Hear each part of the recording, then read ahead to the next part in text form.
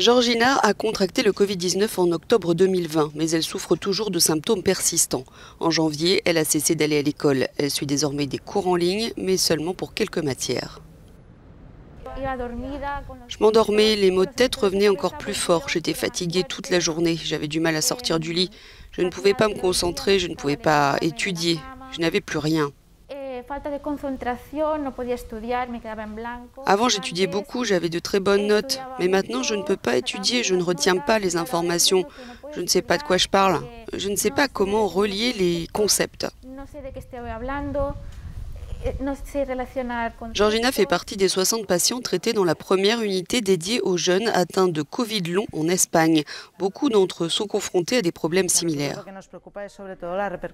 Ce qui nous préoccupe avant tout, c'est la répercussion neuropsychologique. Ces enfants ont du mal à suivre les cours au lycée, à l'école. Certains ne peuvent pas aller à l'école du tout, d'autres peuvent suivre des cours en ligne, mais ils rencontrent tous des difficultés de concentration. Le père de Georgina dit que sa fille n'est plus la même et se demande quand elle va se remettre. Elle est passée d'une vie normale à ne rien faire. Elle ne peut pas étudier, elle ne peut pas dormir, socialiser ou faire d'activités physiques.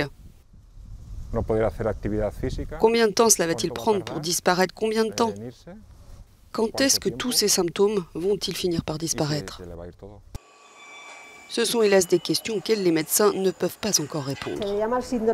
On l'appelle le Covid persistant ou Covid long parce que nous ne savons pas combien de temps cela va prendre. Avec le temps, nous verrons quelles conséquences médicales il y a. J'ai confiance, les enfants finiront par se rétablir, mais il y a encore beaucoup de réponses que nous n'avons pas. En attendant, pour tenter de leur faire retrouver leur capacité le plus rapidement possible, l'hôpital de Badalona, près de Barcelone, propose un traitement sur mesure. Il comprend des exercices physiques et respiratoires et met l'accent sur la rééducation neurocognitive.